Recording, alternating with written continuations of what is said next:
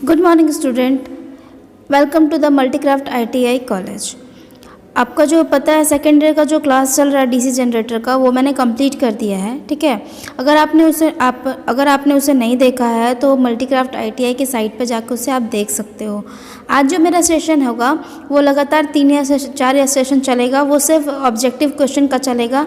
मतलब ये जो है आपको यहाँ पर 4 ऑप्शन दिए जा रहे हैं और एक जो है आंसर होगा उसका।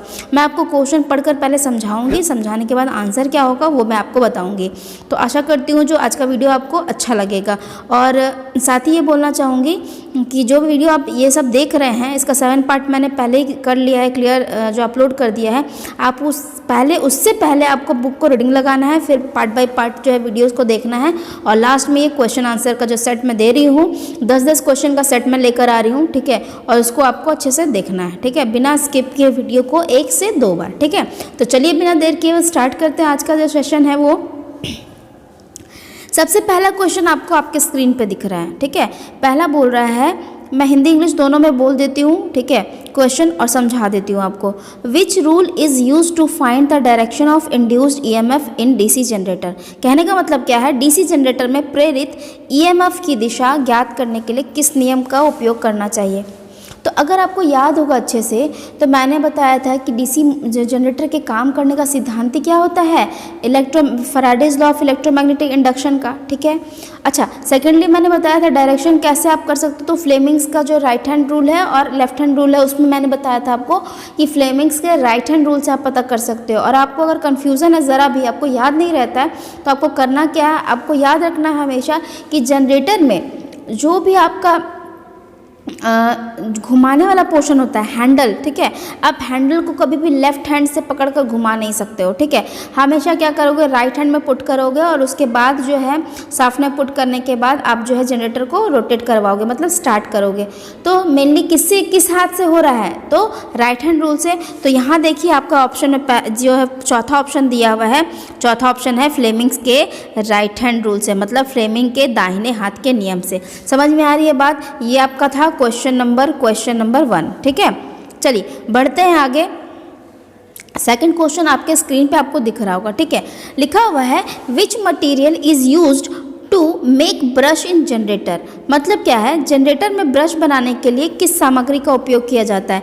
तो आपको याद होगा जब मैं बता रही थी इसका पार्ट्स, जनरेटर का सारा पार्ट्स शायद जनरेटर का पार्ट 2 या पार्ट 3 में होगा। ठीक है, तो उसमें मैंने बताया था आपको कि ब्रश का काम क्या होता है। ब्रश का काम होता है आपका जो भी मेरा आउटपुट जो वोल्टेज है उसको कलेक्ट करना। ठीक है, तो बना किसका होगा, मैंने ये भी बताया था आपको कि कार्बन का बना होगा। किसका बना होगा, कार्बन और ग्रेफाइट। कार्बन या फिर ग्रेफाइट बोल सकते हैं या फिर कार्बन और ग्रेफाइट बोल सकते हैं। ठीक है, तो अधिकतर जो है किसका बना होता है, कार्बन का बना होता है। तो यहाँ पे आपको सेकंड वाला ऑप्शन जो है सही होगा, कार्बन एंड ग्रेफाइट। ये आपका था क्वेश्चन नंबर 2। क्लियर है, बढ़ते हैं नेक्स्ट क्वेश्चन की तरफ।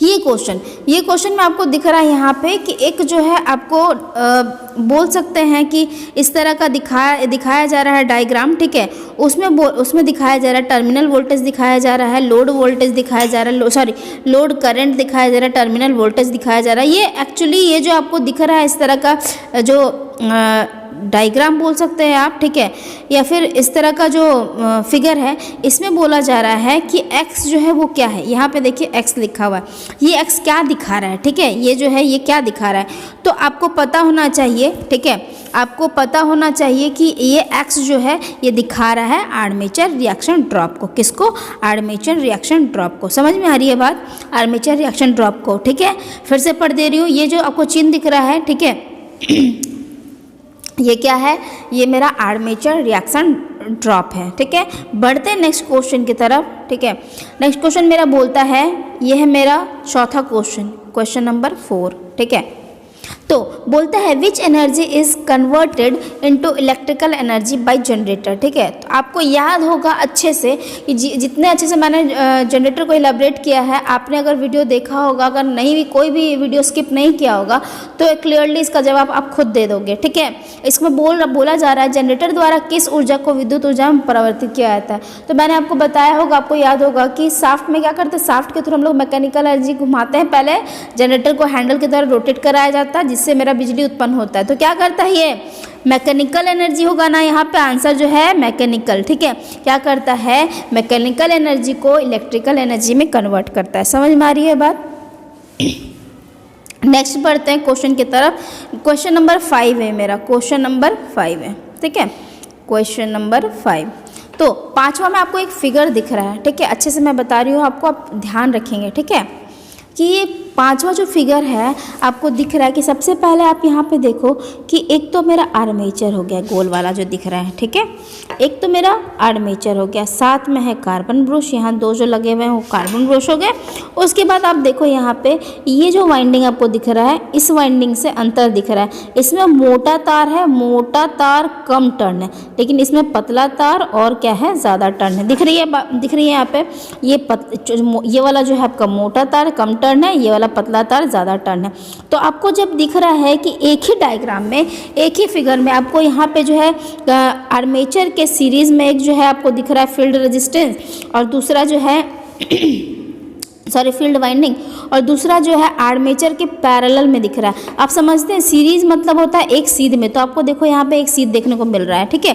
आर्मेचर मैंने सीरीज बताया, तो आर्मेचर के सीरीज में एक सीध में है। पैरेलल का मतलब क्या होता है? पैरेलल का मतलब होता है, ठीक है, ऐसा बोल सकते हो आप या फिर इस तरह बोल सकते हो। देखो यहाँ आर्मेचर यहाँ पे और यहाँ पे मेरा सीरीज फील्ड वाइंडिंग है, शंट फील्ड वाइंडिंग है। तो ये क्या है? बेसिकली पैरेलल में है, ठीक है। तो अब बोला जा रहा है कि इस डायग्राम को देखकर आप बताओ कि इसका नाम क्या है, ठीक है। तो सबसे पहले हम देखो डायग्राम तो हम समझ गए कि एक तो मेरा आर्मेचर है यहाँ पे, दूसरा मेरा सीरीज फील्ड है, तीसरा शंट फील्ड है, और एक ही डायग्राम में तीनों है। तो सबसे पहले तो ये पता है हमको कंपाउंड होगा, कंपाउंड जनरेटर होगा, ठीक है। अच्छा, इसके बाद अब पूछा जा रहा है कि ठीक है इस जनरेटर का नाम क्या होगा। तो आपको यहाँ ऑप्शन में दिख रहा है सारे में कंपाउंड, देखो यहाँ पे कंपाउंड कंपाउंड कंपाउंड। तो अब जो है आपको कंफ्यूजन क्रिएट होगा कि आखिर है कैसा कंपाउंड, ठीक है।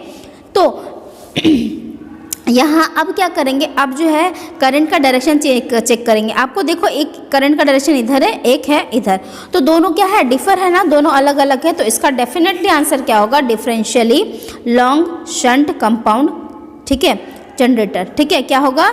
आपको जो है दिख रहा है, आपको दिख रहा है यहाँ पे differentially long shunt compound generator. समझ में आ गई बात? बढ़ते हैं नेक्स्ट क्वेश्चन की तरफ। ये है मेरा क्वेश्चन नंबर 6। इसको अच्छे से स्क्रीन पे लाते हैं, और क्वेश्चन नंबर ये है 6, ठीक है। तो आप बोल रहा है क्वेश्चन नंबर 6 में कि what is the name of generator if it's field is connected in parallel with armature. तो अभी मैंने आपको बताया कि जनरेटर का पूछ रहा है कि जनरेटर का नाम क्या है यदि इसका क्षेत्र आर्मेचर के समानांतर में जुड़ा है। तो अभी आपको याद होगा मैंने बताया कि ये अगर मेरा आर्मेचर है, सपोज ये मेरा आर्मेचर है, यहाँ कार्बन ब्रश में दिखा रही हूँ, ठीक है। ये मेरा हो गया आर्मेचर, और इसके पैरेलल में, ठीक है, पतला तार और ज़्यादा वाइंडिंग देकर मैंने क्या किया, जो है इसको दिखा दिया। इसके यहाँ पे जो है इसके पैरेलल में ही लोड होगा, ठीक है, समझ रहे हो। LOAD लोड लगा दिया मैंने, ठीक है। तो बोला जा रहा है कि यहाँ पे आप देखो इसका आर्मेचर के समानांतर में जुड़ा है। तो ये मेरा रहा आर्मेचर, इसके पैरेलल में रहा ये, तो कौन सा जनरेटर कहलाएगा जी? कौन सा जनरेटर कहलाएगा? आपका जनरेटर कहलाएगा शंट जनरेटर। क्लियर होते जा रहा है अच्छे से? आशा करती हूँ आज का जो सेशन होगा आपको पसंद आएगा, ठीक है। बस आपको करना क्या है, आपको बिना स्किप के वीडियो को देखना है, ठीक है। चलिए बढ़ते हैं नेक्स्ट क्वेश्चन की तरफ।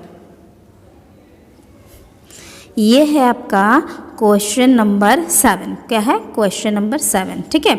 तो अब यहाँ पे देखो क्या लिखा हुआ है कि how interpole are connected in a DC generator. DC generator में इंटरपोल कैसे जुड़े होते हैं? तो सबसे पहले तो मैंने बताया था आपको, जब मैं बता रही थी आर्मेचर रिएक्शन, तो मैंने बताया था आपको इंटरपोल क्या होता है, इंटरपोल कहाँ कनेक्ट करते हैं, कैसे कनेक्ट करते हैं, ठीक है। तो बोला जा रहा है कि डीसी जनरेटर में इंटरपोल कैसे जुड़े होते हैं। तो इंटरपोल तो क्या होता है, जो मेन पोल होता है उसके बीच में जो है लगाया जाता है इंटरपोल, ठीक है। किसको कम करने के लिए? तो आर्मेचर रिएक्शन को कम करने के लिए। क्लियर है यहाँ तक? अच्छा, अब बोल रहा है इंटरपोल कैसे जुड़े होते हैं। तो इंटरपोल जो है आपका हमेशा याद रखेंगे इन सीरीज विथ आर्मेचर, मतलब आर्मेचर के सीरीज में लगा होता है। क्या होता है? आर्मेचर के सीरीज में लगा होता है। क्लियर हो गया अच्छे से? बढ़ते हैं नेक्स्ट क्वेश्चन की तरफ, ठीक है। तो नेक्स्ट क्वेश्चन आपके स्क्रीन पे आपको दिख रहा होगा, ठीक। अब ये है क्वेश्चन नंबर 8, ठीक है, क्या है 8 क्वेश्चन नंबर है। चलिए, how does the magnetic circuit complete through the yoke and pole in generator. तो आपको पता होगा अच्छे से, ठीक है, कि जब मैं जनरेटर बता रही थी, ठीक है, तो मैंने आपको बोला था कि जो सबसे वाइटल रोल प्ले करता है, एक तो आपका फील्ड, ठीक है, जिसको आप लोग बोलते हो एन पोल और एस पोल, और दूसरा जो है वो है क्या है, कंडक्टर, ठीक है। दूसरा क्या करता है, कंडक्टर करता है, ठीक है। तो कंडक्टर क्या है, ये तो आर्मेचर है ना, इसी का नाम आर्मेचर, क्या यही रोटेट करते रहता है, तो जिससे क्या होता है, बाहर का योक बोलो आप, या फिर इस तरह आपका मैं स्ट्रक्चर दिखा दे रही हूँ यहाँ पे, ठीक है, इसका स्ट्रक्चर दिखा दे रही हूँ। ये क्या हो गया मेरा, ये क्या हो गया, ये मेरा योक बन के तैयार हो गया, यहाँ पे आई वोल्ट है, ठीक है। तो इसी के अंदर ना यहाँ पे आर्मेचर दिया हुआ है जो रोटेट करता है, ठीक है। तो उसी के कारण क्या होता है, इसमें मैग्नेटिक फील्ड मेरा उत्पन्न होता है। आपको अगर दिखाऊं फील्ड, तो इसके अंदर में मैग्नेटिक फील्ड जो है उत्पन्न होता रहता है। किसके कारण, ये जब रोटेट करता है, ठीक है, ये जब रोटेट करता है तो इसके अंदर क्या होगा, मैग्नेटिक फील्ड मेरा बनता है, वोल्टेज इससे मेरा बनता है, ठीक है। तो बोला जा रहा है एक जनरेटर में योक और ध्रुव के माध्यम से चुंबकीय सर्किट पूरा होता है, ठीक है। किसके कारण पूरा होगा, तो आप हमेशा याद रखेंगे आर्मेचर कोर के थ्रू, ठीक है। आर्मेचर कोर होगा जिसमें वाइंडिंग क्या रहेगा, वो आपका घूमेगा, तो घूमने पोल के अंदर जो मैग्नेटिक फ्लक्स निकलते रहता है उसी फ्लक्स को काटेगा और मेरा वोल्टेज उत्पन्न होगा, ठीक है। बढ़ते हैं नेक्स्ट क्वेश्चन की तरफ। ये आपके स्क्रीन पे क्वेश्चन रहा, ये क्वेश्चन नंबर है 9, ठीक है। तो यहाँ बोल रहा है, आपको अच्छे से समझना है, ठीक है। तो यहाँ बोल रहा है how many parallel path in duplex lap winding of a 4 pole DC generator, ठीक है। 4 पोल डीसी जनरेटर में डुप्लेक्स लैप वाइंडिंग कितने समानांतर रेखे होंगे, ठीक है। तो यहाँ पे बोल रहा है डुप्लेक्स, अगर ट्रिप्लेक्स बोलता तो जो भी आपका, ठीक है, जो भी आपका यहाँ पे पोल दिया रहता उसको आप क्या करते आप क्या करते हैं, उससे मल्टीप्लिकेशन कर देते। जैसे यहाँ पे बोल रहा है लैप वाइंडिंग है, डुप्लेक्स वाइंडिंग, ठीक है। देखो लैप वाइंडिंग कितना पोल दिया है, 4 पोल दिया, और क्या दिया है, डुप्लेक्स वाइंडिंग, डुप्लेक्स मतलब गुना 2, ठीक है। तो क्या होगा, आंसर आपका क्या हो जाएगा, यहाँ पे 8 हो जाएगा। कैसे, 4 × 2, क्योंकि 4 पोल दिया हुआ है और डुप्लेक्स वाइंडिंग है, तो दोनों को जब गुना करेंगे हम तो मेरा क्या मिलेगा, 8 मिलेगा आंसर। क्लियर है। बढ़ते हैं नेक्स्ट और लास्ट क्वेश्चन की तरफ, ठीक है। ये हमको लगता है कि अगर जिसने भी ये वीडियो देखा होगा पूरा जनरेटर वाला, वो डेफिनेटली एकदम तुरंत मुझे जवाब दे देगा। और अगर वैसा है, ठीक है, कहीं कुछ प्रॉब्लम होता है तो मुझे कमेंट डाउन करिए। और इसका जो आंसर है आप मुझे सब कोई, जितने बच्चे वीडियो देख रहे हैं सब मुझे क्या करेंगे, इसका आंसर जो है कमेंट बॉक्स में देंगे कि इसका आंसर क्या होगा। मैं बता रही हूँ, लेकिन आप जो है जब वहाँ तक वीडियो देखेंगे, लास्ट वाला क्वेश्चन जैसे ही पढ़ेंगे आपको आंसर खुद को देना है, और देने के बाद जो है आपको कमेंट बॉक्स में लिखना है कि हाँ, बिना मैंने सिर्फ 4 ऑप्शन देखा, ठीक है, आपका कंक्लूजन नहीं देखा, आपका आंसर इतना होगा, ठीक है। तो जैसा कि लास्ट क्वेश्चन आपको दिख रहा है आपके स्क्रीन पे, बोला जा रहा है what is the principle of DC generator, ठीक है। डीसी जनरेटर का सिद्धांत क्या होता है। तो मैंने एक बार नहीं, कम से कम 3 से 4 बार, उससे ज़्यादा ही मुझे लगता है मैंने बताया आपको कि वर्किंग प्रिंसिपल, ठीक है, सिद्धांत क्या होता है, फैराडेज के इलेक्ट्रोमैग्नेटिक इंडक्शन के थ्रू इसका जो है सिद्धांत मतलब जनरेटर काम करता है, ठीक है। तो यहाँ आपको लास्ट ऑप्शन दिख रहा होगा फैराडेज, यहाँ लास्ट ऑप्शन दिख रहा है Faraday's law of electromagnetic induction, जिसको बोलते हैं फैराडे का चुंबकीय प्रेरण का नियम, ठीक है। तो ये मेरा लास्ट क्वेश्चन है। और ये जो है मैं बता रही हूँ थोड़ा कि ये जो नियम क्या कहता है, ये नियम जो है कहता है कि जब किसी 2 पोल के बीच में कंडक्टर को रखकर घुमाते हैं तो मैग्नेटिक फ्लक्स रेखाएं जो पोल से निकल रही होती हैं वो कटती हैं और जिससे वोल्टेज मेरा बनता है। ये पहला नियम हो गया। दूसरा नियम कहता है कि ये जो वोल्टेज उत्पन्न हुआ पहला नियम से, वो किस पे डिपेंड करेगा, तो नंबर ऑफ रोटेशन पे डिपेंड करेगा, ठीक है, नंबर ऑफ स्पीड पे डिपेंड करेगा, ठीक है, सॉरी रोटेशन पे डिपेंड करेगा। और तीसरा जो है वो करेगा नंबर ऑफ मैग्नेटिक फ्लक्स, मतलब जितना ज़्यादा क्वांटिटी मैग्नेटिक फ्लक्स कटेगा उतना ज़्यादा मेरा वोल्टेज उत्पन्न होगा। तो फाइनली ये जो है मेरा 10 क्वेश्चन कंप्लीट हो गया जनरेटर का। आगे का मैं 3-4 सीरीज इस तरह का लेकर आऊँगी, हर एक क्वेश्चन को आपको अच्छे से एलेबरेट करूँगी ताकि आप जो है अच्छे से क्वेश्चन समझ पाएँ। और जो एग्ज़ाम में हूबहू इसी तरह का क्वेश्चन पूछा जाएगा। आपको सीबीटी का एग्ज़ाम हो गया, आपको सबको पता है कि सीबीटी हो गया है, ठीक है, कंप्यूटर बेस्ड टेस्ट जो है। तो आपको 4 ऑप्शन दिया जाएगा और चारों में आपको जो है एक ऑप्शन हिट करना है। तो मैं चाहती तो आपको एक आंसर सिंपल लाइन में दे देती, 1 लाइनर क्वेश्चन के हिसाब से, लेकिन यहाँ मुझे था कि मुझे क्वेश्चन समझाना है आपको कि अगर इससे मिलता जुलता भी आपको ऑप्शन दिख रहा है तो आप कंफ्यूज ना कर जाएं, ठीक है। तो आशा करती हूँ आज का जो मेरा क्लास है आपको पसंद आया हो। पसंद आया तो प्लीज़ जो है चैनल को ढेर सारा लाइक शेयर सब्सक्राइब करें और साथ ही साथ वीडियो पे मेरे बने रहें और अच्छा व्यू दें। व्यू आजकल बहुत कम हो गया है मेरा डीसी जनरेटर का जो मेरा क्लास चल रहा है उसमें। तो प्लीज़ जो है वीडियो को अच्छा व्यू दें और मेरा मनोबल बढ़ाएं। आज के लिए इतना ही, थैंक यू।